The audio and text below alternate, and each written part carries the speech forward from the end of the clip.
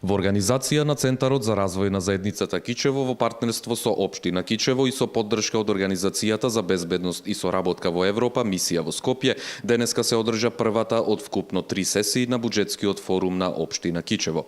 Сесијата на буџетскиот форум во Општина Кичево е во склоп на проектот Одржување на диалогот и на мирниот соживот во Кичево преку градење на довербата и подобрувањето на соработката помеѓу граѓанското општество и институциите на локалната самоуправа. На ова воведна сесија првично се дава рамката на буџетот на општината, се презентираат динамиката на трошењето за претходната година, колку до 30, заклучно со 30 септември.